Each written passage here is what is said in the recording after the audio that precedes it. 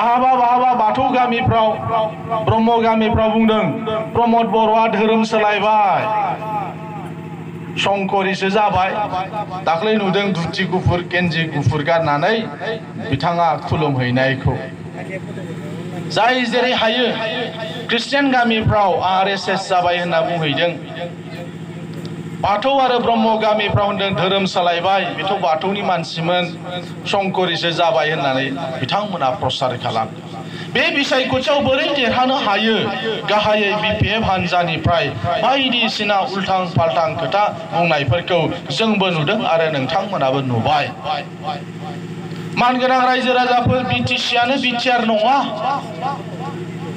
बिटिआरआ आलादा बे एकर्डखौ मानो खालामनाय जाखो बे एकर्डआ बोरै जाखो बे बाथ्राफोरखौ नोंथांमोनाबो बुजिखाबाय नोंथांमोनाबो नुबाय आरो खोनाबाय जों नंगौ रायजो मोनाखसै एबारबो इउनियन टेरिटरिबो जायाखसै अट'नमास स्टेट कार्बिफोर बिग्रा बायदिबो जोंना जायाखसै बे 6 शिड्युलावनो जों मोनसे एकर्ड खालामनो गोनां जाबाय बावहाय सिमा लावगोन सिमा सनितपुर आरो बिश्वनाथ जिल्लानि सिमाया लावबावगोन बिनि गोहो बिनि पावारा बांगोन मानगोनां बिनिखायनो बाहाय पार्लामेन्टआव बिल पास जालायलायनांगौ जेबो बाथ्रा गैया थाखानाय जे जोंनि बिटिसि बे बिटिसिनि सिमाया लावगोन आरो जोंनि थाखानाय नेमखान्थि बायदियै भारतनि संबिधान बायदियै गभर्नरानो 6 शिड्युलनि जाय कन्स्टिट्यूशनल हेड गभर्नर बे गभर्नरा मोनसे कमिसन दानानै 6 शिड्युलनि सिमाखौ बारायनो हायो 6 शिड्युलनि गोहोफोरखौ बारायनो हायो बे बाथ्राया लिरजाखानाय बे बाथ्राया संबिधानाव थाखानाय बेनिखायनो गोदानै बिटिआर जानांगौनि थाखाय पार्लामेन्टआव बिल पास जालायनांगौ जेबो खोथा गैया आसामनि जाय गभर्नर बे गभर्नरानो मोनसे नटिफिकेशननि गेजेरजों कमिसन दानानै होयोब्ला बे कमिसनानो सिमा लावनायनि खामानिखौ मावनो हायो गोहो बांहोनायनि खामानिखौ मावनो हायो जोंनि एकर्डआव बेबायदि लिरजानाय दङ जोङो दुखुनांथाव होननांगोन बेराफारसे जों बोरगोनांबो होननानै बुंनांगोन मुलुगनाङैनो कोरोना महामारी भाइरासआ साग्लोबसारदों बे कोरोना महामारी भाइरासआ साग्लोबसारनायनि एसे सिगां बर'फोरनि थाखाय थामथि गोरोबथा जाबाय बेखौ नोजोर होयोब्ला धोरोमारि बिथिङै जों जुदि साननानै नायोब्ला गमामा इसोरा जोंखौ आशीर्बाद होबाय बाथौआ बाथौनि थानसालियाव फुजा होदों ब्रह्मआ ब्रह्म मन्दिराव फुजा होदों जोंनि ख्रिस्टियान मानसिफ्रा गिर्जायाव आरज गाबदों जाय जेखि धोरोमाव थाया मानो बर'फोरनि जेंनाया सुस्रां जानांगौ होननानै थांनाय गोलावथार सोमावसारनाय समाव जों हानाय बायदि जेसेबां हायो जों सोमावसारदों आरो जों धोरोमखौबो जों खावलायदों बयबो गावबा गाव धोरोमनिफ्राय आरज गाबनांगौ जेन बर'फोरनि जेंनाया सुस्रां जायो थाबैनो सुस्रां जायो बिनिखायनो मानगोनां रायजो राजा नोंथांमोन बुहुमाव कोरोना महामारी साग्लोबनायनि सिगांनो मोनसे एकर्ड जाबाय थामथि बर' गोरोबथा जाबाय नंगौ जों सेपारेट स्टेट आलादा रायजो मोनाखसै नंगौ जों इउनियन टेरिटरि मोनाखसै अट'नमास स्टेट मोनाखसै अब्लाबो इउनियन टेरिटरि आरो अट'नमास स्टेटआव थानाय जि पावार आरो जि फांसनफोर दङ बेखौ सरजाबनानै बिटिआर एकर्डखौ खालामनाय जाबाय आरो बेयाव सावरायनाय जादों बिटिआर एकर्ड जायोब्ला जोंनि सिमाया लावगोन ना लावा लावगोन होननायखायसो दुलाराय बर' फरायसा आफाद एनडिपि प्रग्रेसिभ जोंनि जुथाइ सोमावसारग्रा आफादा बे बिटिआर एकर्डखौ जोङो गनायना लादों नङाबा गनायना लानाय नङामोन मानगोनां रायजो राजा नोंथांमोन मोननै जि एकर्ड जालांबाय बे मोननै एकर्डनिफ्राय जों सोलोंदों 1993 मायथाइयाव बिएसि एकर्ड जादों 2003 मायथाइयाव बिटिसि एकर्ड जादों मोनफ्रोमबो जोंनि सोमावसारनायाव जों बुंबोबाय थादों संकसनिफ्राय सदियासिम जोंनि सिमाया जानांगौ आं क'क्राझारनि जोंनि क'क्राझारनि संकोच दैमानिफ्राय सदियासिम धेमाजिनि सदियासिम जोंनि सिमाया जानांगौ होननानै मोनफ्रोमबो सोमावसारनायाव जों बुंबोबाय थादोंमोनब्लाबो 1993 आरो 2003 मायथाइयाव जोंनि सिमाया संकोचनिफ्राय नोंथांमोननि अदालगुरिनि माजबाद साखाथिनि 5 दैमा सेरसिमावनो जोबफैनो गोनां जादों। बिनिफ्राय आवगायाखै जोंनि सिमाया। जों थांनाय समनि दैदेनगिरिफोरखौ भुल होननानै बुङाखै, बुंनायबो नङा, बेनि थाखाय जों साहस खालामा। नाथाय थांनाय जि एकर्ड जालांबाय बे एकर्ड मोननैयाव सरकारा बाध्य खालामदों, थासारिया हयथ' बाध्य खालामदों। मा सरकारा बुंनाय बायदि रेभिनिउ भिलेज सरकारि गामि राजगावखौ हिसाब खालामनाय जादोंमोन। बेनिखायनो जोंनि बिटिसिआव 3000नि एसेल'सो बारा रेभिनिउ भिलेजफोरखौ लानानै जोंनि बे बिटिसिआ जाबाय संकोचनिफ्राय 5 बिनिख्रुइ लावाखसैनो। दिनै मानगोनां रायजो राजाफोर गोबावनावनो प्रश्न फैदों, सोंलु फैदों, सिमाया लावमारगोन ना लावमारा, लावमारगोन ना लावमारा। बिपिएफआ बुंदों जिहेतु बिटिसिआनो बिटिआर जागोन, गस्लाल' सोलायनानै गानगोन। बोरैलै माथो जेबो जादिया। दहाय नोंथांमोना नुबाय टिभिआव दिनै सोलोंथाइ आरो सावस्रि मन्त्रि हिमन्त बिश्व शर्माया दहाय फोसावबाय जे आसामनि राज्यपाल, आसामनि गभर्नरा मोनसे नटिफिकेशननि गेजेरजों दिनैनिफ्राय नैबे बिटिसि हालामनि नामखौ बिटिआर फोसावनाय जाबाय रायजोफोर दिनैनिफ्राय। आरो खालि बेल' नङा, दिनै कमिसनबो दानाय जाबाय। कमिसन, जि कमिसना सिमाखौ नायसिगोन, एबसुआ होनाय लिस्टखौ, एनडिपिफ्रा होनाय लिस्टखौ नायनो थाखाय कमिसन दानाय जाबाय। आरो बे कमिसनाव 7 सोद्रोमा दं। बिनि चेयारमेना पिबि बार्मा, आसामनि आगुनि रिटायार्ड जालांनाय चिफ सेक्रेटारि, जायहा आगोल समाव बिएससिआवबो प्रिन्सिपाल सेक्रेटारि जाहैदोंमोन। बे मानसिया दायो नैबे कमिसननि चेयारमेन जाबाय पिबि बार्मा होननाय बिथाङा। बिटिसिनि दानि एडमिनिस्ट्रेटर बिथांखौ बावहाय सोद्रोमा लानाय जादों। जों एबसुनिफ्राय जोङो हरदों जयन्त बसुमतारी, जोंनि लेङाइ आफादगिरि, बिथांखौ जों बेयाव सोद्रोमा महरै हरनाय जादों। आरो हारसाफोरनि जानानै बा जोंनि बर' नङै, ट्राइबेल नङै मानसिफोरनिफ्राय सासे सोद्रोमा लानांगौखाय नोंथांमोननि अदालगुरिनिनो अदालगुरि टाउननि दालिम बायन होननायखौ सोद्रोमा महरै लानानै 7 मानसिखौ बे कमिटियाव लानानै दिनै बे कमिसनखौ दानाय जाबाय। मानगोनां रायजो राजाफोर, बावैनो बे कमिसना सिमा फोलावनायनि खामानिखौ बिसोरो मावगोन। दिनै आरो बुंबावनाय जादों जोंनि बर' रावा आसामनि लोगो सरकारि राव जासिगोन। आगोल मामोन, सिगांथाराव क'क्राझार आरो अदालगुरिनि थाखाय लिरजादोंमोन बै समाव।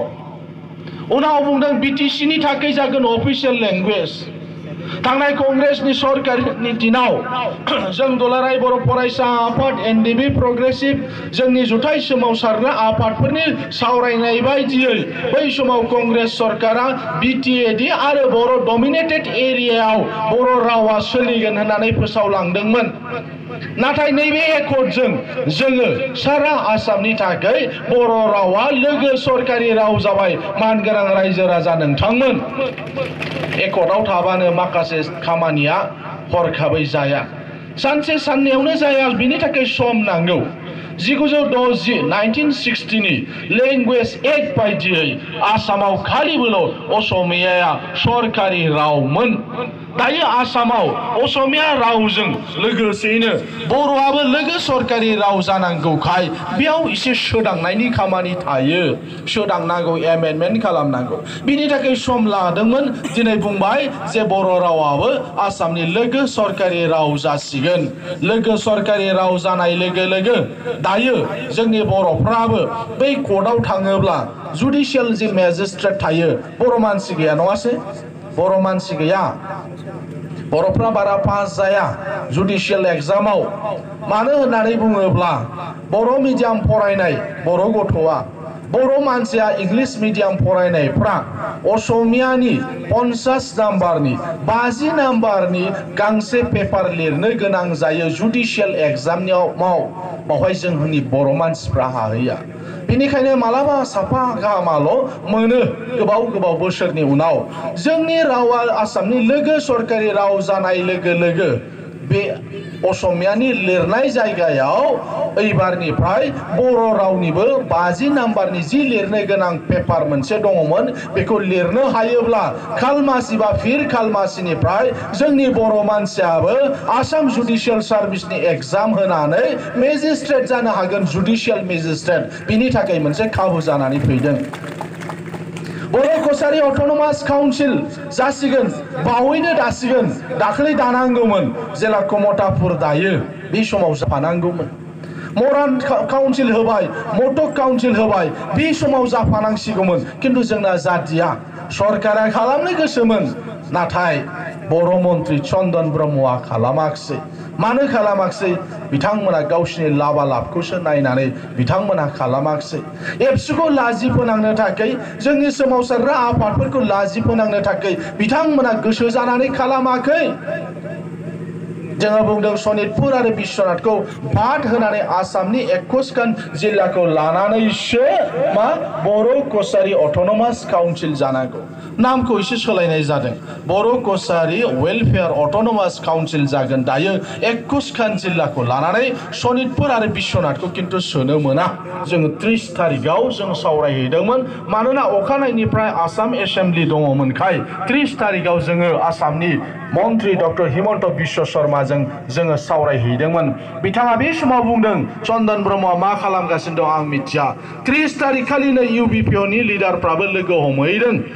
बिथांमोनाबो सावरायहैदों हिमन्त बिश्व शर्माजों चन्दन ब्रह्मजों सावरायहैदों चन्दन ब्रह्मजों नांलायनो गोनां जादों मानोना बे बर' कसारि अट'नमास काउन्सिल दानो थाखाय जेबो खामानि मावाखै तर्क जादों नांलायनाय जादों बेयाव चन्दन ब्रह्मआ बुंदोंनो इउबिपिअनि लिडारफोरखौ दानो क'क्राझाराव हाग्रामाजों रायलायहैनि बे थिनबा आं दानो खालामगोन आरो नङाबा नोंसोर आसाम सरकारखौ बुंहै जे सनितपुर आरो बिश्वनाथखौ बर' कसारि अट'नमास काउन्सिलाव सोयोबा दानो खालामफिनगोन आं होननानै बिथांमोना बुंहरदों नायनायसाय मानगोनां रायजो राजाफोर जाय सनितपुर आरो बिश्वनाथआ जोंनि बिटिआरआव थानांगौ इउबिपिअनि लिडाराबो बेखौ लुबैयाखै रावबो मानसिफ्रा लुबैयाखै मालाबा जुदि बड'लेण्ड जायोब्ला बे सिमाया हाबनानै थाखानांगौ बेखौसो लुबैदों सरकार भारत सरकारा मानिदों आसाम सरकारा मानिदों सनितपुर आरो बिश्वनाथआ बर' कसारि अट'नमास काउन्सिलाव थांनाय नङा बिटिआरआव थानांगौ नाथाय बिपिएफनि मन्त्रि चन्दन ब्रह्मआ डब्लिउपिटि डिपार्टमेन्टनि मन्त्रि बियो डब्लिउपिटि डिपार्टमेन्टनि आन्डाराव थायो जेसेबांनाखि स्टेट अट'नमास काउन्सिलफोर दङ बे गासैनि खामानिखौ डब्लिउपिटि डिपार्टमेन्टनि जायो बिथाङा बेबायदिसो खालामबाय लोगो लोगो मुर्ति सावजादों सारा आसामाव चन्दन ब्रह्मआ मुर्ति सावजादों प्रमिला रानीनि मुर्ति सावदों हाग्रामा महिलारिनि मुर्ति सावदों बिपिएफ गो बेक होनदों नङासे नोंथांमोना नुदों टिभिफ्राव ससियेल मिडियाआव नोंथांमोना नुदों खुद्रिदों बिसोरो खुद्रिदों जोंखौ थगायबाय बर' मन्त्रिया होननानै इउबिपिअनि प्रेसिडेन्ट मिहिनेश्वर बसुमतारी सिमेन्ट सापरि धेमाजिनि बिएलटिनि सोमावसारनायाव अर्गेनाइजिं सेक्रेटारिमोन बिथाङा दुखुजों बुंनो गोनां जादों जोंनिनो लोगो मोनसे समनि बिएलटिनि ज' मावलायनाय दिनै मन्त्रि आसाम सरकारनि बेनो जोंखौ थगायबाय होननानै स्पष्ट भाबै बिथाङा मिडियानि फैनानै बिथाङा बुंफैदों नोंसोरा नोंसोरनिखौ सालाय जोंनिखौ हगारना हो होननानै खुद्रिनानै बुंनोबो गोनां जादों मानगोनां रायजो राजाफोर ओंखायनो बिटिआरखौ लानानै जाय जेखि बुङा मानो जों बुजिनांगोन बे एकर्डजों स्कुल कलेज इउनिभार्सिटि माबा माबि फसंथान मोनदों जोङो बेखौ गिदिरथार मोनदोंबो होननानै जों बुङाखै बे एकर्डजों गाहायै जों मोनथाम जिनिस मोनदों बे जिनिसखौ जों बुजिनांगोन एसे आगोल आं बुंदों जोंनि सिमाया लावगोन आगोल लावाखैमोन आगोल सरकारि गामिखौसो हिसाब खालामनाय जादोंमोन आरो बे मोननै एकर्डनिफ्राय जों सोलोंबाय जों एक्सपिरियेन्स मोनबाय एकर्डनि सिगां गोबां दल संगठनफोरजों जों रायलायदों बुद्धिजीबि सानसुमै मानसिफोरजों जों सावरायदों गुवाहाटीयावबो जों मिटिं लिंहैदोंमोन बेयावबो जों सावरायदों दिनै सोरबा सोरबा आफादफ्रा बुंदों जोंखौ लिङाखै सावरायाखै सोरबा सोरबा स' कल इन्टेलेक्चुवेल होननानै जों बुंदों जायखौ बिथांमोन बायदिया बुंगासिनो दङ एबसुआ हरखाब खालामबाय रावजोंबो रायलायाखै मानगोनां रायजो राजा नोंथांमोन आं दुलाराय बर' फरायसा आफादनि गाहाय नेहाथारि फैगौ जानुवारि दान सफैबा आंना 6 बोसोर जासिगोन एबसुनि गाहाय नेहाथारि हिसाबै लाइजाम राननांगौनि खामानिया आंनि खामानि जायो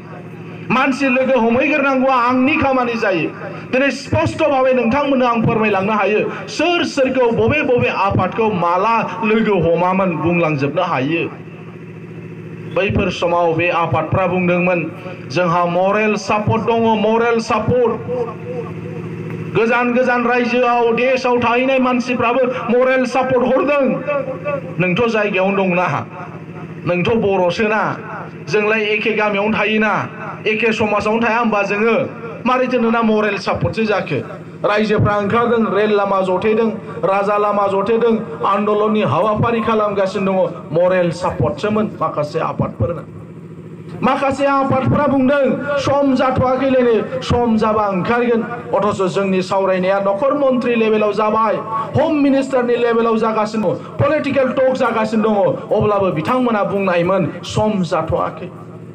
गोबां धोरोमनि आफादफोर दङ दिनै नोंथांमोना सोंलायबा मिथिगोन जों गासैबो धोरोमनि आफादफोरनि दैदेनगिरिफोरजों जों खावलायदों धोरोमनि आफादफोरखौसो जों बुंदों हायोबा ओंखार आरो हायाबा आर'जनि गेजेरजों जोंखौ सापर्ट खालाम बोरै हायो खालाम धोरोमारि आफादखाय जों बिथांमोनखौसो बुंदों हायोबा ओंखार आरो हायाबा नोंथांमोना गावबा गाव धोरोमनि गेजेरजों आर'जफोरनि गेजेरजों नोंथांमोना जोंनि आफाद जोंनि सोमावसारनायखौ मदद खालाम नाथाय माखासे आफादफोर जायफ्रा बर' जातीयता आफाद बर' माहारियारि आफाद होननानै लाग्रा बिथांमोना मा मरेल सापर्टनि खोथा दं आन्दलननि समाव जोनोम जानाय आफाद गोबाङानो जायखौ बड'फा उपेन्द्रनाथ ब्रह्मनि दैदेननायै बै समनि आन्दलनाव दानाय जादोंमोन बे आफादफ्रा बाहागो लायाखै बे आफादफ्रा दिनै बायदिसिना उल्थां फाल्थां खोथा बुंदों धोरोमनि माखासे आफादफ्राबो माबा माबि बुंदों बिटिसि खौलायनो सोदांनांगौ बिटिआर रेकर्डखौलायनो सोदांनांगौ बायदिसिना बुंदों सोरबा सोरबा बुंदों जों बुंहैयाखै होननानै उमुगासो लेंदों तुमुगासो लेंदोंमोन जोंथ' बिदि बुंनानै फैयाखै जोंनि धोरोम आफादा मालांखावनो बिटिआर रेकर्डखौ बरायबाय दिनै स्पष्ट खालामफिनदों मानगोनां रायजो राजाफोर एबार जे सिमा लावगोन सरकारि गामिखौ हमनाय जायाखै ट्राइबेल ओनसोल होनाय जादों जों ट्राइबेल ओनसोल होननानै बुङोब्ला बेयो हाजो हालाबो जानो हागौ दैमा दैसाबो जानो हागौ हाग्रा बंग्राबो जानो हागौ जेराव जोंनि बर' एबा ट्राइबेल थायो बे ओनसोलखौ नांगौ होननानै जोङो सरकारखौ दाबि खालामदों आरो बेबायदिनो लिरनाय जाबाय एकर्डआव ट्राइबेल एरिया होननानै मानगोनां रायजो राजा नोंथांमोन सोंनाय जादों जोंनाव एकर्ड खालामग्रा अफिसारफ्रा एकर्ड खालामनो थाखाय आग बाहाग लानाय पलिटिशियानफ्रा मन्त्रि मल्लाफ्रा नोंसोरनि दाबियाव गहपुर टाउना दं नामा जोङो स्पष्ट खालामदों गहपुर टाउना नङा नालाय नङा गहपुर टाउनावथ' बर' गामि गैयालाय जोङो बुंदों गहपुर टाउननि 4 किल'मिटारसो गोजानाव थानाय साहा ओनसोलजों थानाय बर' आरो ट्राइबेल ओनसोलखौसो जों बिदों नोंसोरो मा सटिया टाउनखौ बिदों नामा सटियानि एमएलए पद्म हाजरिकाया गोबां अबजेक्शन होगासिनो दङ नंमारगौबो जों जेब्ला तेजपुरनि खाथि बालिपारायाव सुबुंगौमा खालामो बेबो सोरखौबा खालामहोयो सारिदुवाराव जों खालामलायबाय सानथामनि उनाव बेबो खालामहोलायबाय बिश्वनाथाव लाहैबा बेबो माबा माबि खालामहोयो बेबायदिखौ जोंबो नुबोदों हुमखि होनायखौबो जों नुदों बिथांमोना हुमखि होदों सरकारखौ नांगौ जायोबा ओंखारगोन बिजेपिनिफ्राय माबा माबि होनसोनायखौ जोंफोरबो नुदों नुनायालाय सोंदों बिनिखायनो सटिया टाउना नामा अब्ला जों बुंदों सटिया टाउनाबो नङा रेल साइटिंखौ बारनानै 4 किल'मिटार गोजानाव थानाय जोंनि ट्राइबेल ओनसोलखौसो जों बिदों होननानै जों बिसोरखौ स्पष्ट खालामदों सरकारा सोंबावदों सनितपुर आरो बिश्वनाथ गोदाव गोबां साहा बागान दङ गिदिर गिदिर साहा बागान आदिवासी ओनसोलफोर बे ओनसोलखौबो नोंसोरो बिदों नामा जों अब्लाबो बुंदों स्पष्ट जों साहा बागानखौबो बियाखै आरो आदिवासी ओनसोलफोरखौबो बियाखै जोङो ट्राइबेल ओनसोलखौसो जों बिदों होननायखाय सरकारनि मानसिफ्रा बुंदों दे बिदिब्ला खालि नोंसोरनो बर' आरो ट्राइबेल ओनसोलखौल' नांगौब्ला सिमाया जेरैखि जाया लावगोन जोङो बाहाय एग्रि जाबाय होननायखायसो मानगोनां रायजो राजाफोर दुलाराय बर' फरायसा आफादारि एनडिपि प्रग्रेसिभआ बे एकर्डआव साइन होदों नङाब्ला खुनु दिन साइन होनाय नङामोन मानगोनां रायजो राजा नोंथांमोन थगायजानायनि बाथ्रा गैया थगायजानायनि बाथ्रा फैयाखै जोंबो रायलायदों गोबां कन्स्टिटिउशनेल एक्सपार्टफोरजों ल' एक्सपार्टफोरजों जों रायलायदों सिगांनि एबसुनि जोंनि दैदेनगिरिफोरजों रायलायदों बारग'लांनाय जोंनि सोमावसारारि आफादनियाव थानानै मावबोनाय मानसिफोरजों जों सावरायदों बै ओनसोलनि मानसिफोरजों जों सावरायदों बोरै थाङोबा जोंना गहपुर सहैगोन बोरै थांनांगोन नंगौ बहाबा एसे फिसा जाहैनो हागौ बहाबा जोंनिया नाथाय बोरै जोंना गहपुर सहैयो बिनि थाखाय गासैखौबो जोङो नोजोर होनानै सरकारनि खाथियाव जों दाबि दावाखौ खालामदों मानगोनां रायजो राजाफोर दिनै कमिसना दाफुंजाबाय बिनिखायनो एबसु आरो एनडिपिआ लिस्ट होनाय बायदियै बे कमिसना नायनानै बे बिटिआरआव सोनायनि बेबस्थाखौ खालामगोन बेयाव जों बयबो मदद खालामनांगोन माब्रै जों मदद खालामगोन सरकारा जोंना फैनांगौ खामानिया एसे गोलाव जागोन ना बियो नङासै खामानिया गोलाव जागोन गामि गामि बेरायगोन बिसोरो नोंसिनि लिस्ट जोंनि लिस्ट लानानै जों होनाय लिस्टखौ लानानै बिसोरो बे कमिटिया नायगिदिंहैगोन कमिसना बहाबा हियारिं लाहैगोन नोंसोरो मा बुङो उमुगा मा बुङो बेबायदि हियारिं लागोन जायगा जायगा फिजिकेल भेरिफिकेशनबो खालामगोन बिसोरो बेबायदिनि थाखाय गोलाव जानो हागौ बेनिखायनो पावारबो मोनसे नांगोन इउपिपिएलआ जाहाथे सरकाराव फैयो मानसिफ्रा बुङो सोरबा इउपिपिएलआथ' आन्दोलन खालामाखैना नंगौ आन्दोलन खालामाखै जानो हागौ नंगौ सिगनेटरि नङा जानो हागौ इउपिपिएलआ नाथाय प्रमद बर' आरो गोविंद बसुमतारी जायहा जोंनि जुथाइ सोमावसारनायखौ दैदेनदोंमोन बे सानै लिडारफ्रा बे सानै लिडारखौ जों बिश्वास खालामनानै जोंनि रायजो राजाफ्रा जोंनि जुथाइ सोमावसारनायाव बाहागो लादोंमोन बे सानै लिडारनि दैदेननायाव बे सानै लिडारा दिनै इउपिपिएलआव हाबफैबाय आरो इउपिपिएल राजखान्थि हान्जायाव हाबफैनानै जोंनि बिटिआर एकर्डनि दफाफोरखौ मावफुंनांगौखाय दिनै रायजो राजाफ्रा इउपिपिएल दलखौ सापर्ट खालामनांगौ मानगोनां रायजो राजा नोंथांमोन गोबां बेले बेजे बाथ्रा बुंदोंब्लाबो बाथ्राफोरखौ जों गावजों गाव जों बिजिरलायनानैबो जोङो नायनांगोन 2 नाम्बाराव थांनाय गोलावथार सोमावसारनायाव बाहेरानि बर' मानसिफ्राबो बाहागो लादों गोबां मुंख्लं जालांदों बाहेरायावबो मानसिफ्रा बिएसि बिटिसिआव जेबो मोनाखै एबार बाहेरायाव थानाय 21खान जिल्लानि बर' मानसिफ्राबो बर' कसारी वेलफेयार अट'नमास काउन्सिल मोनसिगोन गाज्रि जादों नामा बियो फिसा मोननाङा नामा खालि जोंल' मोननांगौ नामा बिटिआरआव गोग्लैनाय मानसिफ्राल' बे माब्लाबाबो जानो हाया दिनै हाग्रामा महिलारिया बिथाङा बुंगासिनो दङ जों सासनाव फैबा बिटिआर एकर्डखौ मावफुङा सोर होनो होमबालाय नोंसोरलाय भट नङा होमबा होआ रावबो होआ दिनै बाहेरायाव थानाय बर' मानसिफ्रा दिनै मा बर' कसारी वेलफेयार अट'नमास काउन्सिल मोनबाय दिनै सेपारेट डाइरेक्टरेट फर बर' मिडियाम जाबाय बिटिसिआवथ' डाइरेक्टर दङ बुजिबाय जोङो जे डाइरेक्टरा बर' असमिया बाङालि हिन्दी जोंनि बिटिसिआव थानाय स्कुलफोरखौ नायो बाहेरायाव थानाय बर' मिडियामा थैगासिनो दङ नगावआव गैस्रालानो गासिबो असमिया मिडियामाव कनभार्ट जाबाय बर' मिडियाम स्कुलफ्रा मरिगावआव बिदि जाबाय गोबां जिल्लाफ्राव जागासिनो दङ फोरोंगिरि गैया बिजाबफ्रा थि समाव सौहैयाब्ला सोर फरायगोन बे जायगायावलाय बर' मिडियामखौ बेबायदि गोबां सातजालाजों बर' मिडियामा मिरौ जिरौयै माखासे जिल्लायाव दङ माखासे जिल्लायाव थैबाय एकर्डआव बेनिखायनो बुंनाय जादों सेपारेट डाइरेक्टरेट जोंनो नांगोन दिनै जों मोनमारबाय आरो बे खामानि मावगासिनो दङ दायो बाहेरानि मानसिखौ साननाङा होमबा जोंनाथ' नंगौ बाव डाइरेक्टर दं बेजोंनो जायो बाहेरानि बर'फ्रालाय बाहेरानि बर'नि खोथाखौबो जों साननांगोन दिनै जोङो भेन्सार स्कुल बिटिसिआव थानाय जेसेबां भेन्सार स्कुल दङ बर' असमिया बाङालि हिन्दी मा मिडियाम दङ बे जाजोबगोन स्पेसियेल कनसिडारेसन जर'खा नायसंनायनि गेजेरजों थांनाय बारावथ' सरकारनिया जायाखसै मा खारनाव जायाखसै सोरनाबा हानि पाट्टा गैया सोरबा फोरोंगिरिया थिग गैया सोरबाया गोदान फोरोंगिरिसो बै सम होखानाय बायदि जायाखिसै माबा माबि खारनाव जायाखिसै किन्तु जों बुंदों स्पेशल कनसिडारेसन नांगौ जर'खा नायसंनायनि गेजेरजों डिट बेसआव गोग्लैयो ना मा खालामो बेफोर स्कुलफोरखौ सरकारा लाजोबनांगौ बिटिसिनिखौ गासिबो मिडियामखौ बाहेरायाव थानाय बर'फोरनालाय मा जागोन होनबा एकर्डआव ओंखायनो बुंनाय जादों बाहेरायाव थानाय बर' मिडियामखौ बै आसामाव थाबोनाय बर' मिडियामखौबो नायनांगौ होननानै समान समान जों लांफाबाय थादों मानगोनां रायजो राजाफोर बिटिआरआवबो जानांगौ बिटिआरनि बाहेरायाव थानाय बर'फोराबो नैबे एकर्डजों लाब जानांगौ बिनि थाखाय एकर्डआव गासिबो बेबस्थाफोरखौ समान समान समानै लाबोफाबाय थानाय जादों अन्याय खालामनाय जायाखै 3 नाम्बाराव 1952 आव बै समनि क'क्राझार जिल्लानि बासुगावआव जेला बर' साहित्य सभा जोनोम होनाय जायो बे समाव वेस्ट बेंगलनिफ्राय माइकेल बसुमतारीखौ आरम्भ खालामनानै गोबां बर' फिसाफ्रानो साहित्य सभा खालामफैदोंमोन दासिमहालागै खनब्रै साहित्य सभानि कनफारेन्सआव वेस्ट बेंगलाव जाहैबाय बिसोरबो बर' मिडियाम फरायनो लुबैदों बर' मिडियाम मोनाथाय मोना बर' साबजेक्टखौ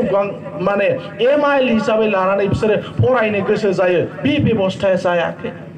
1967 आव जेब्ला क'क्राझाराव एबसुखौ दानाय जायो वेस्ट बेंगलनिफ्राय गोबां बर' सेंग्रा सिख्लाफ्रा बाहागो लाफैबाय 7 बिबानगिरि दङमोन फाउन्डार भाइस प्रेसिडेन्ट हिराचरण नार्जीनारी फाउन्डार माने assistant cultural secretary assistant finance secretary बेबायदि 7 मानसिफ्रा बिबान लानानै थांदोंमोन वेस्ट बेंगलावबो आरो बिसोरो एबसु दाहैदोंमन 1987 निफ्राय जेब्ला बड'फाया आन्दोलन खालामो वेस्ट बेंगलनि स्टेट कमिटि एबसुआबो सेपारेट स्टेट बड'लेण्डनि आन्दोलनाव बिसोरबो बाहागो लादों बे समाव प्रेसिडेन्टआ निक'डिमास हाजारी होननायमोन वेस्ट बेंगलनि उनाव बड'फाया बेखौ स्पक्समेनबो खालामदों जाहाथे बियो खोथा बाथ्रा बुंनो हायो मानोना आसामाव खौराङाव बे खौरां बिलाइफ्राव बुंनो थाखाय थासै गैया मानगोनां प्रदीप दैमारिया बिथाङा शिलंनिफ्राय बुङो बेंगलनिफ्राय बुंनांगौ जानायखाय वेस्ट बेंगल स्टेट कमिटिनि एबसुनि प्रेसिडेन्ट निक'डिमास हाजारीखौनो बै समाव स्पक्स पार्सन खालामनानै बेंगलाव खोथा बाथ्रा बुंहोनाय जादोंमोन 7 जाल्ला मोननांदों बिसोरबो बिएसि एकर्डआव किन्तु जेबो मोनाखिसै बिटिसि एकर्डआवबो जेबो मोनाखिसै एनडिपिफ्राबो गावसिनि सोमावसारनायाव वेस्ट बेंगलनि बर' मानसिफोरनाव आश्रय लाहैदों गोबां मानसिफ्रा जेल जानांदों 7 जाल्ला जानांदों एबारनि एकर्डआव जों माबा मोनसे खालामनो हायो नामा जों गोबां नाजादों जों नाजादोंमोन हजों गोबां खेब सावरायलायदों सेनियर आगुनि दैदेनगिरिफोरजों जोंनि एबसुनि मावबोनाय मानसिफोरजों साहित्य सभा खालामबोनाय मानसिफोरजों जों सावरायदों जों मा मोनसे खालामनो हायो 2.5 लाख वेस्ट बेंगलाव बर' मानसिफोर दं मेघालयाव बर' मानसिफोर दं गार' हिल्सआव दङ जयन्तिया हिल्सआव दङ दाख्लै प्रब्लेम जादोंमोन मास मोनसे सिगां जयन्तिया हिल्सआव बांलादेश बर्डार दाउखि खाथियाव मोनसे बर' गामिखौ सिगि सग' खालामबाय थानाय जादोंमोन जों एबसुनिफ्राय खासि फरायसा आफादखौ जों बुंहरनो गोनां जादों जेन' बेबायदि अयथाचार जाया बर' गामिनि सायाव बुंहरनो गोनां जादों नागालेण्डआव दिनै डिमापुरनि आसपास खाथि खाला 7खान बर' गामिफोर दङ आरो बेजों लोगोसे गोबां नागाफोराव दा आदियारि जाहैनानै थानाय हाजार बर' मानसिफोर दङ बोसोरनैनि सिगां जोंबो भिजिट खालामदोंमोन बै बर' आदियारि जाग्रा मानसिफोरनि खाथियाव जोंबो थांदोंमोन लकडाउनावबो आं मोनसे गामियाव माइरं बायदिसिना जों हरदों दिनै बे बर'नि 3थि एकर्डजों आसामजों लोगोसे बाहेरा रायजोआव थानाय भारतनि गुबुन रायजोआव थानाय मानसिफोरनि रैखाथिनि थाखाय दिनै जोङो क'क्राझारनि दतमानि बड'फाखौ फबनाय थुलुंगाफुरि थावनियाव भारत सरकार आरो आसाम सरकारनि राङारि अनसुंथाइजों गंसे सेन्टार फर एक्सिलेन्स होननाय मोनसे फसंथानखौ जों मोनबाय बे फसंथाननि गेजेरजों भारतनि गुबुन रायजोआव थानाय बर' मानसिफोरनि रैखाथिनि थाखाय खामानि मावनो थाखाय गंसे फसंथान मोनबाय मानगोनां रायजो राजा नोंथांमोन बे मोनथाम जिनिसखौ जोङो गोसो होनानै नायनांगोन दिनै बेंगलनि बर' रायजो राजाफोर खुसि जादों एकर्ड जाखांनायनि उनाव गोबां मानसिफ्रा जोंजों रायलायहरदों बिथांमोना बुंदों ससियेल मिडियायावबो नोंथांमोना नुबाय जोङो बरायनो लुबैदों सागानगिरिफोरखौ वेस्ट बेंगलनि लोब लोब रायजो राजाफ्रा बे COVID-19 प्रटोकला जोबोब्ला जों थांलाय फैलाय खालामनो हायोबा बेंगलाव लांनानै बर'फोरखौ बरायगोन सागानगिरि आफादफोरखौ लांनानै रंजानाय मोनदों एबार स्वीकृति मोनबाय भारतनि गुबुन गुबुन रायजोआवबो जे बर' मानसिफोर दङ बिसोरो स्वीकृति मोननायखाय बिसोरो रंजानाय मोनदों मानोना वेस्ट बेंगलाव बर'फोरखौ मेस होननाय जायो मेस सरकारि भाबै बिसोरखौ मेस होननाय जायो दिनै नागालेण्डआव थानाय डिमापुराव थानाय बर'फोरखौबो मेस होननानैसो सरकारा स्वीकृति होदों जोंनि बर' रावा एचिडुलाव हाबनाय बर' भाषाया नाथाय बिसोरखौ बै जायगाफ्राव मेस होननायखाय बेयाव खामानि बायदिसिना मावनो थाखाय आख' फाख' जादों बेफोर गासिबो जिनिसफ्रा एबारसो स्र' जागोन एबारसो थिग खालामनो हागोन एबारसो फाहामनो हागोन एबारसो सोदांनो हागोन बिनि थाखाय नैबे बिटिआर एकर्डआव मोनसे बेबस्था दं दिनै बे बेबस्थाफोरखौ बे दफाफोरखौ दिनै बिटिआर एकर्डखौ मावफुङा होनगासिनो दं बिपिएफआ अब्लालाय मानो बिपिएफखौ सापर्ट होनो मानगोनां रायजो राजाफोर होगोन नामा होनायनि जेबो प्रश्न फैथावा दिनै बे बिटिआर एकर्डआव गोबां फसंथानफोर दं 1987 जेब्ला प्रथमबार गिबि खेबनि थाखाय बड'फा उपेन्द्रनाथ ब्रह्मआ 92टा चार्टर अफ डिमान्डखौ 92 चार्टर अफ डिमान्डखौ जेला भारत सरकारनि बै समनि गाहाय मन्थ्रि आरो बै समनि आसामनि चिफ मिनिस्टारनो गथायनाय जायो बेयाव बड'फाया गंसे जोंनो सेन्ट्रेल इउनिभार्सिटि नांगौ होननानैबो बिथाङा बुंदोंमोन बै आन्दोलननि समाव गंसे फैमारदोंमोनबो आसामाव सेन्ट्रेल इउनिभार्सिटि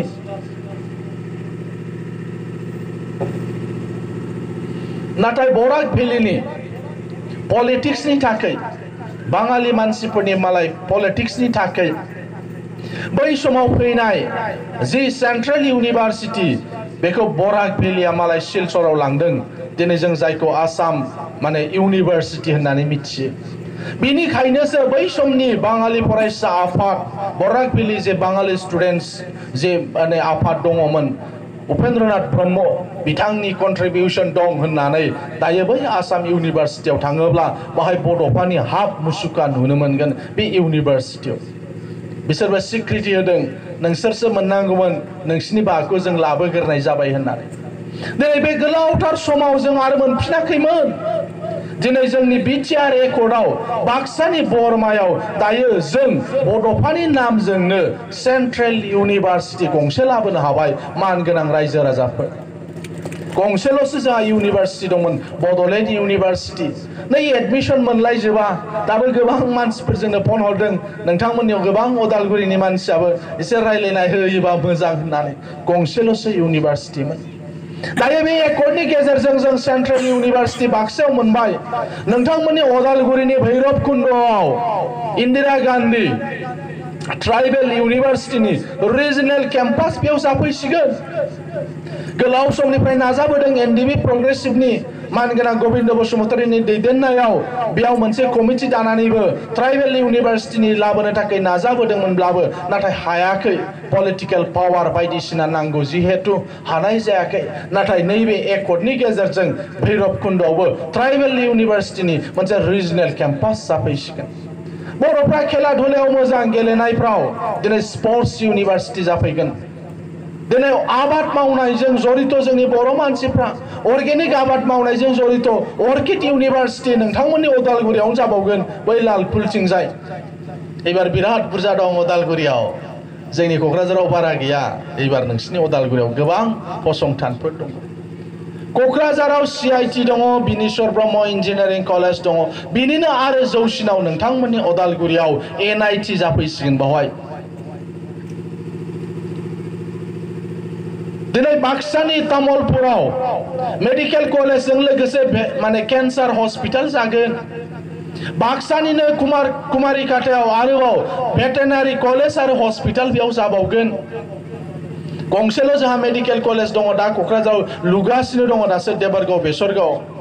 अथच बै TMC Tezpur medical college Barpeta medical कलेजजों समानै फोसावजादोंमोनब्लाबो दासो लुगासिनो दङ माला हागोनथाय मिथिया दिनै जोङो आरोबाव गोदानै गंनै जों मेडिकेल कलेज मोनबाय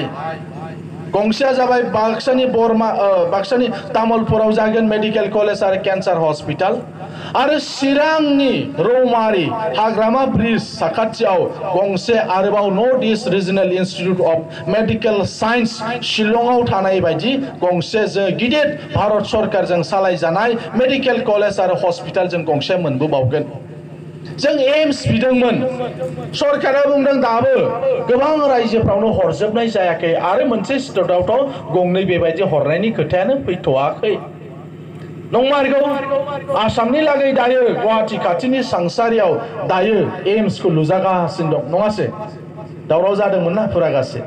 नगावनि रहायाव बिलाइ बहाबा बिलाइ ना लास्टआव दायो सांसारियाव लुजागासिनो दं जों मोनाखसै नाथाय बिनि इसे गाहायाव शिलंआव थानाय बायदि बि फसंथाना बेयाव जागोन बि फसंथाना बेयाव जासिगोन रेल डाब्बा बानायग्रा कारखाना जागोन पलिटेक्निक इन्स्टिट्यूशन जों गंथाम मोनबावदों स्किल डेभेलपमेन्ट ट्रेनिंनि सेन्टार जाफैगोन बर'फ्रा नंगौ दिल्ली बम्बाइ माने गुबुन गुबुन बेंगालर बायदिसिनाफ्राव गोबां जायगाफ्राव दंहैयो गवा मानि दंहैयो हटेलफ्राव बायदिसिना मिउजियामफ्राव दर खेवना होग्राफ्राबो माने बर' मानसिफोर दङ स्किल डेभेलपमेन्ट ट्रेनिं जोंहा गैया दरजा खेवग्रा लेबार ना फेक्टरियाव खामानि मावग्रा खुसेर फेक्टरियाव खामानि मावग्रा जोंनाव जेबो सार्टिफिकेट गैया आं जे माबा मोनसे रोंगौ कारेन्ट बानायनो रोंगौ मेसिन बानायनो रोंगौ माबा मोनसे रोंगौ बेबायदि रावनावबो जेबो गैया बाहेरायाव थांदोंसो हय किन्तु बेबायदि गोबां मानसिफोरनाव गैया दायो जोंनि जायगायाव जुदि स्किल डेभेलपमेन्ट ट्रेनिं जायोब्ला बेयाव सेंग्रा सिख्लाफ्रा जुदि ट्रेनिं लायोब्ला जायगायाव साख्रि बाख्रि मोनाबाबो बे मानसिफ्राबो जुदि गुबुन जायगायाव थांफिननानै खामानि नागिरहैयोबा आखायाव जुदि गंसे स्किल डेभेलपमेन्ट ट्रेनिंनि सार्टिफिकेट मोनसे थायोबा मोजां खामानि मोनगोन ना मोजां खामानि मावोबा मोजां बेथन मोनगोन ना बेबायदि फसंथानफ्रा बेयाव जागोन गोबां फसंथानफोर दङ मानगोनां रायजो राजाफोर बेफोरो जाफुंमारनांगोन आरो बेफोर जुदि जाफुंमारोबा बै एकर्डनि एसे उनाव हाग्रामा महिलारिया बुंनाय बायदि एकर्डनि दफाफ्रा गासैबो मावफुंजायोबा बेनो बड'लेण्ड जालांसिगोन होननाय बायदि नंगौ मानगोनां रायजो राजाफोर बे सा सानजा रायजोआव 8टा जे रायजोफोर दं बे रायजोनि गेजेराव आसामनि उनावनो जोंनि बिटिसिनि नामा निश्चय फैगोन बेफोरखौ जुदि जों बोसोरसे बोसोरनैयाव मावफुंनानै लाजोबनो हायोब्ला बे 8टा रायजोजों दाजानाय बे नर्थ इस्टआव जोंनो 2 नाम्बाराव थागोन बिनि थाखाय दिनै इउपिपिएल आ पावाराव फैनाया गोनांथि दङ दिनै गोबां उल्थां फाल्थां बाथ्रा बुंदों हारसाफोरखौ सिगिदों सासे दायित्व गोनां आसामनिनो केबिनेट मन्त्रि चन्दन ब्रह्मआ बुंदों 3.3 आव लायनो मा दङ जे बिटिसिनि ट्राइबेल बेल्ट एन्ड ब्लकआव थानाय हारसा मानसिफोरखौ होखारनाय जागोन होननानै बुंलागासिनो गावनि लेक्साराव बुंनो हामा बियो आसामनिसो मन्त्रि ना बियो सासे आसामनि दायित्व गोनां मन्त्रियानो जानला मोनला नंथारै बाथ्राखौ फोसावबा माबोरै जालायखो नाथाय बिथाङा फोसावदों आसामनि मन्त्रिब्लाबो मानोना बिथाङा बिपिएफनि भाइस प्रेसिडेन्ट गावनि हानजाया 37टा समष्टियाव गेलेनायखाय गावनि हानजाया देरहानांगौखाय बिटिआर एकर्डखौ मोजां होनब्लालाय इउपिपिएलनोसो हारसा बर' बयबो भट होजोबगोन ना ओंखायनो उल्था प्रसार खालामदों जों हारसाफोरजों रायलायदों मालाय हारसाफ्रा बुजिखायो बाव बेबायदि लिरनायानो गैया 3.3 आव मा लिरनाय दं दिनै बेयो स्पष्ट जाबाय बिटिसिनि नामा सोलायनानै बिटिआर जानांगौ होननायासो 3.3 आव दङ आंबो सहि होदों ना एबसुनि आं गाहाय नेहाथारि आफादगिरि प्रमद बर' जोंहा मखस्थ' दङ मा दङ बावहाय जों हारसाफोरनो खिन्थादों नंगौ बेबायदि मोनसे दङ 7.1 7.2 आव माबादि बे जाहैबाय बाहेरायाव आसामाव ट्राइबेलफोरनि हा हुखौ रैखाथि होनांगौ होननानै जों 7.1 आव जोङो बुंदों 7.2 आव जोङो बुंदों खास हा सरकारि हा गांसो गोनां हा माने बेबायदि हाफोरखौ सरकारि हाफोरखौ आसाम सरकारा रैखाथि होनांगौ होननानैसो 7.1 आरो 7.2 आव दङ दिनै हारसाफ्रा सालाक मानसि हारसाफ्रा बुद्धियक मानसिफोर बिसोरबो एमअएस खौ लानानै गोरोबथा बिलाइखौ लानानै नायदों जोंहा माबाफोर गिनांगौ दङ नामा गिनांगौ गैया जायनि थाखाय दिनै लोब इउपिपिएल खालामगासिनो दं मानगोनां रायजो राजा नोंथांमोन आगोल गैयामोन जोंजों आदिवासी मानसिफोर गैयामोन साफा सानै दङमोन साफा सानै नाथाय आफादफोर गैयामोन दायो जोंजों लोगोसे सावथाल फरायसा आफाद दङ उरावफोरनि फरायसा आफाद दङ बिसोरखौ कुरुक स्टुडेन्ट इउनियन होनो कुरुक फरायसा आफाद दङ उरियाफोरनि फरायसा आफाद दं आदिवासीफोरनिफ्राय मोनथाम फरायसा आफाद दङ आदिवासीफोरनि मोनसे सिजफायाराव थानाय संगठन एसटीएफ सान्थाल टाइगार फोर्स दंफायो बेयाव आदिवासी विकास परिषद दंफायो बेयाव नोंथांमोननि अदालगुरिनिफ्राय जोंनि क'क्राझारसिम जेसेबां गिदिर साहा बागान दङ बे साहा बागानाव थानाय मजदुर संघआ जोंखौ सापर्ट खालामदों गासै होनबा बेसेबां जाखो मोनबा 6टा आफादा दायो जोंखौ सापर्ट होनानै सापर्ट होनायल' नङा खुला खुलि अपेन भाबै बिथांमोना दिनै मावगासिनो थानायाव इउपिपिएलआ जेननायनि कुनु प्रश्नआनो फैया बाङालिफोरनि आफाद बे जोंनि सारा बिटिसिआव जेसेबां बाङालिफोर दङ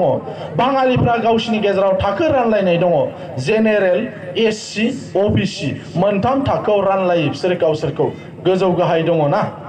एससी ओबीसी आरो जेनेरेल 80% बाङालिया एससी जोंनि बिटिसिआव जेसेबां बाङालि मानसि दङ बिनिनो 80%आ एससी नि मानसिफोर बिटिसिआव एससी डेभलपमेन्ट बोर्ड दङ एससीफ्रा सोर गोग्लैयो बाङालिफ्रा थाबाय सूत्रधरफोर थाबाय जायफोरखौ जों जल्दा होननानै बुङो जोंनि हरैबा नोंथांमोनाव मा होनो मिथिया बेबायदि सूत्रधरफोर गोग्लैयो बै मेथर मुसिफोर जायफोर दङ बिथांमोना एससीआव गोग्लैयो आरो मोनसे मोननैसो दंबावो बेबायदि एससी डेभलपमेन्ट बोर्डआव एससी मानसिया चेयारमेन जानांगौ नङासे दायो एससी मानसिनो होआखै बिटिसिआव गावनो बिटिसिनि आगुनि चिफआ गावनो एससी डेभलपमेन्ट बोर्डनि चेयारमेनखौबो लानायखाय थांनाय बोसोरनिफ्राय एससी फरायसा आफाद एससी स्टुडेन्ट इउनियन एससी परिषद एससी महिला परिषद बे मोनथाम आफादा जोंखौ थांनाय बोसोरनिफ्राय सापर्ट खालामदों जोंनि आन्दोलनफ्रावबो थांनाय बोसोरफ्राव बिसोरो बाहागो लाफैदोंमोन बे आफादफ्रा दिनै जोंजों लोगोसेयाव दं बाङालि कल्याण परिषद दङ जोंजों लोगोसे सिगांनि हाथियार लानानै लाग्रा आफाद जाया सरकारजों माने सावरायनायाव दङ बाङालि टाइगार फोर्स बिटिएफ बे आफादफ्रा दिनै जोंजों दङ टंलानि